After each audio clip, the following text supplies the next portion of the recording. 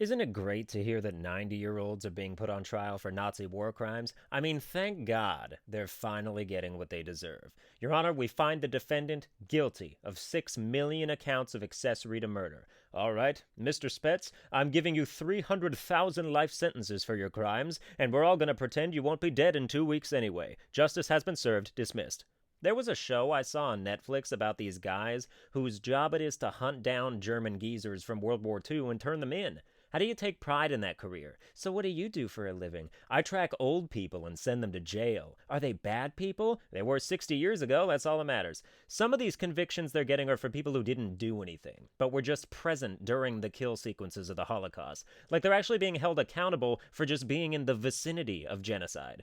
Mr. Klaus, you knew your senior officer was about to flip a switch that would gas every Jew in that chamber. Why didn't you stop him? Are you fucking kidding me? Oh yeah, he could have stopped him. He could have been like, hey, don't do that, and then been promptly shot in the face for insubordination and being a Jewish sympathizer, at which time the switch would be flipped regardless. So yes, dying for nothing would have definitely been the right thing to do. Mr. Klaus, for failing to betray your dictator and throw your life away in an impossible attempt to save people you've never met, we're gonna make sure your hardest days left on this planet get even more unmanageable.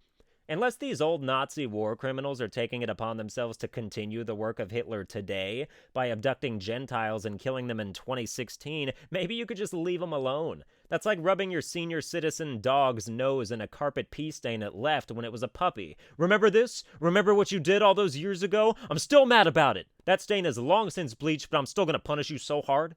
I mean, does anybody really think we should be wasting time and money holding dementia patients accountable for what they can't even remember? It's like arresting a wrinkled Steve Urkel. Millions of men, women, and children were slaughtered because of you and your regime. What do you have to say for yourself? Did I do that? So ridiculous. I mean, the justice system's purpose isn't really to ascertain guilt or innocence anymore. It just works to keep itself in place. The fact that the word inadmissible is a term frequently used in court just proves the institution's primary focus is self-preservation.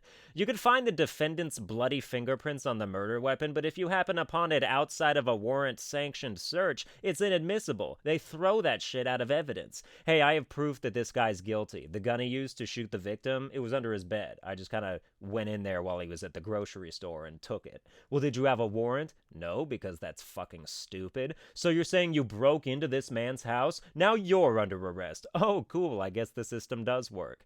I mean, sure, planning evidence and framing people would become a lot easier without those sanctions in place, but I've seen Dexter. It's pretty easy to plant shit anyway. 30 seconds of going through your trash for DNA, and I'll have you arrested for my crime tomorrow. It's not my fault you like underage girls. Being a serial killer is too much work. That's why I don't do it anymore. Stalking your victims, learning their routines, setting up quiet kill locations, having sex with the bodies, destroying all the evidence afterwards. I mean, how badly do you have to want someone dead to put up with the effort?